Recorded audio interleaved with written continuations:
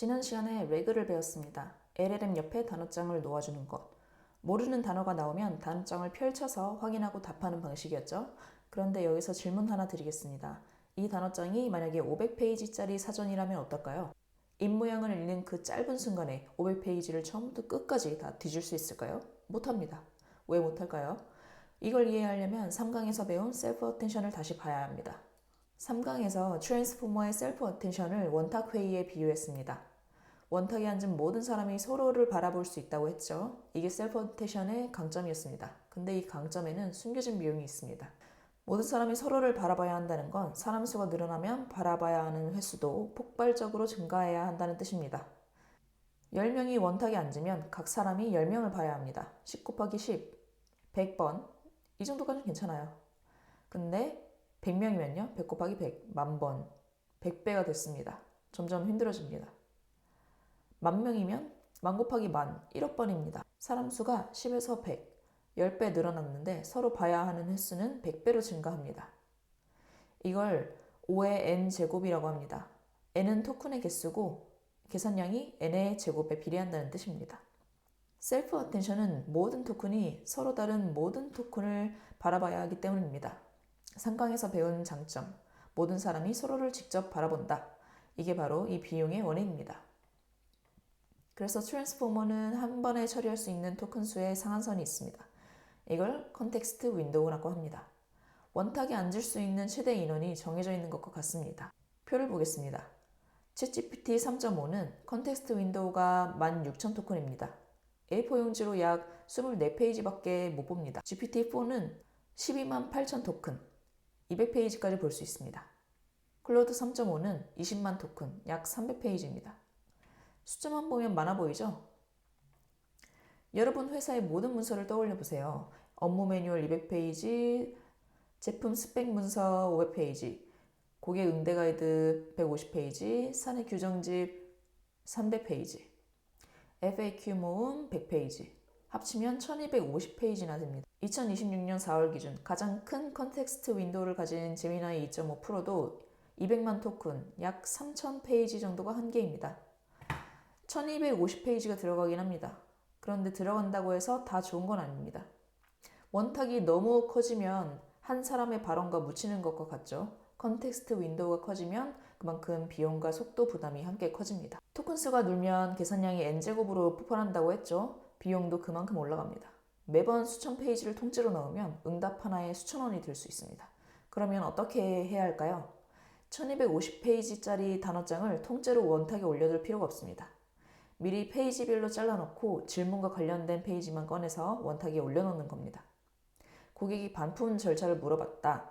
그럼 고객 응대 가이드에서 반품 관련 페이지만 꺼내서 원탁에 놓습니다. 신제품 스펙이 궁금하다. 제품 스펙 문서에서 해당 제품 페이지만 꺼냅니다. 1250페이지 전부가 아니라 관련된 2에서 3페이지만 넣으면 됩니다. 그런데 이 1250페이지에서 딱 맞는 부분을 어떻게 빠르게 찾을까요? 여기서 청킹이 등장합니다. 청크는 덩어리라는 뜻입니다. 문서를 통째로 저장하는 게 아니라 의미 있는 단위로 잘라서 미리 저장해 놓는 겁니다. 이 다이어그램을 한번 따라가 보겠습니다. 먼저 1250페이지 문서를 의미 단위로 잘라서 저장합니다. 그걸 청킹이라고 합니다. 그러면 수백 개의 청크가 만들어집니다. 반품 절차가 뭐야? 라고 질문이 들어오면 수백 개의 청크 중에서 반품과 관련된 청크만 검색합니다. 찾아낸 청크들 몇 개만 컨텍스트 윈도우에 넣습니다. 1250페이지가 아니라 2에서 3페이지만 넣으면 되는 겁니다. 오늘 배운 핵심을 한 번에 정리하겠습니다. 셀프 어텐션은 모든 토큰이 서로를 바라봐야 하는 구조여서 계산량이 토큰 수의 제곱, 5의 n제곱으로 폭발합니다. 그래서 한 번에 무한정 많이 넣을 수가 없습니다. 그래서 생기는 한계가 컨텍스트 윈도우입니다. 한 번에 처리할 수 있는 토큰 수의 상한이 있고 가장 큰 모델조차도 비용이나 속도 측면에서 회사 전체 문서를 통째로 처리하기에는 많이 부담스럽습니다. 그래서 해법이 뭐다? 청킹입니다. 문서를 의미 있는 단위로 잘라서 미리 저장해두고 질문이 들어왔을 때 관련된 청크만 골라서 컨텍스트 윈도우에 넣는 거죠. 이렇게 하면 비용도 적고 속도도 빠르고 컨텍스트 윈도우에 여유 있게 들어갑니다. 반품 절차가 뭐야? 라고 질문을 했을 때 수백 개 중에서 반품 관련 청크가 뭔지 어떻게 알고 골라내는 걸까요? 여기서 벡터 연산이라는 게 나옵니다. AI는 숫자만 처리합니다. 셀프 어텐션은 모든 토큰이 서로를 직접 보면서 관계를 계산합니다. 그런데 이 서로를 본다는 게 실제로는 어떻게 동작할까요? 저희의 눈에는 텍스트가 들어가고 텍스트가 나오는 것처럼 보이지만 트랜스포머 내부를 보면 텍스트는 없습니다. 실제 트랜스포머 내부가 어떻게 동작하는지 볼까요? 입구가 텍스트에서 벡터로 변환됩니다. 그 다음부터는 전부 벡터 연산입니다. 셀프 어텐션은 모든 토큰들이 서로를 직접 참조하는 겁니다. 이것도 실제로는 벡터와 벡터의 내적입니다. 웨이트도 결국 행렬과 벡터의 곱셈, 바이어스는 그 결과에 더해지는 값입니다. 텍스트는 입구와 출구에만 있고 내부는 처음부터 끝까지 벡터 연산입니다. 벡터는 그냥 숫자를 나열한 겁니다. 이게 다예요. 웨이트 하나는 숫자 하나입니다. 바로 이걸 스칼라라고 하는 건데요. 그냥 숫자 낱개라는 뜻입니다. 0.82 이게 스칼라입니다. 이 숫자 낱개를 수백, 수천 개 묶은 것이 바로 벡터입니다. 왜 여러 개가 필요할까요? 숫자 하나로는 의미를 담을 수 없기 때문입니다. 비유를 하나 들자면 여러분이 위치를 숫자 하나로 표현할 수 있나요? 37.5도라고 하면은 이게 온도인지 아니면 위도인지 경도인지 알 수가 없습니다. 근데 37.5, 127.0이라고 이 숫자를 두 개 쓰면 서울이라는 것을 알 수 있습니다. 숫자가 많을수록 더 정밀하게 위치를 표현할 수 있는 거죠. 벡터도 마찬가지입니다. 단어의 의미적인 위치를 숫자의 수백, 수천 개로 표현하는 것이 바로 벡터입니다. 숫자가 많을수록 더 정밀하게 의미를 담을 수 있습니다. 실제 임베딩 모델은 한 청크당 768에서 1536개의 숫자로 의미를 표현합니다. 트랜스포머가 텍스트를 벡터로 바꿀 때 핵심 원리가 있습니다. 의미가 비슷하면 벡터가 가깝고 의미가 다르면 벡터가 멉니다. 반품과 돌려보내기는 글자가 완전 다릅니다. 하지만 벡터를 보면 숫자가 거의 같습니다. 의미가 같으니까 가까운 위치에 있는 겁니다. 반면에 서버 설정은요? 숫자가 완전 다릅니다. 의미가 다르니까 먼 위치에 있습니다. 이걸 지도로 그려보면 이렇습니다. 반품 절차, 교환 방법, 환불 정책, 의미가 비슷한 청크들이 가까이 모여 있습니다. 서버 설정, API 인증, 전혀 다른 내용이니까 멀리 떨어져 있습니다. 물건 돌려보내기라고 질문을 하면 이 질문도 벡터로 변환됩니다. 그리고 가장 가까운 청크를 찾습니다. 반품 절차가 가장 가깝겠죠? 글자로는 못 찾았지만 벡터로는 이걸 찾습니다. 여기서 또 한 가지 의문이 생깁니다. 컴퓨터 입장에서는 반품과 물건 돌려보내기 완전 다른 글자잖아요. 글자가 하나도 안 겹치는데 왜 벡터로 변환하면 가까운 위치에 있을까요? 처음부터 가까운 게 아닙니다. 임베딩 모델도 트랜스포머입니다. 그래서 이 모델도 학습을 하는데요. 2강에서 배웠죠. 학습은 데이터를 보면서 파라미터를 조정하는 과정.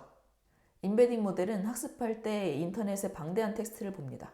그 텍스트 안에는 반품 절차를 알려주세요. 물건을 돌려보내고 싶어요. 구매한 상품을 반송하고 싶습니다. 교환이나 환불 방법이 궁금해요. 같은 문장들이 수없이 등장합니다. 이 문장들이 전부 같은 맥락, 고객 문의, 환불, 교환에서 등장합니다. 학습을 수십억 번 반복하면서 모델의 파라미터가 조정됩니다. 반품과 돌려보내기.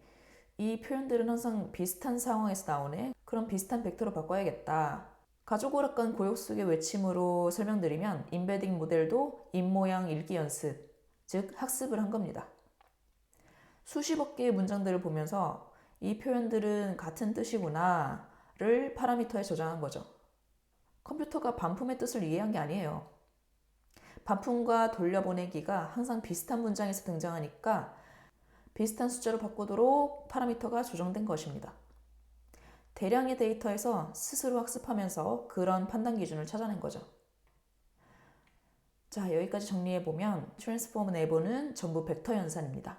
의미가 같으면 벡터가 가깝고 다르면 멉니다. 레그에서도 청크들을 미리 벡터로 바꿔서 저장해 놓습니다. 이걸 임베딩이라고 합니다. 플로우를 한번 보겠습니다. 먼저 사전 준비 단계입니다. 문서를 청크들로 자릅니다. 이 청크들을 임베딩 모델에 넣어서 벡터로 변환합니다. 그리고 변환된 벡터를 저장해 놓습니다. 그러다가 질문이 들어오면 질문도 같은 임베딩 모델로 벡터로 변환합니다. 그리고 저장된 벡터들 중에서 가장 가까운 것을 찾습니다. 찾은 청크를 컨텍스트 윈도우에 넣고 LLM이 답변을 생성합니다. 이게 바로 레그의 검색 과정입니다.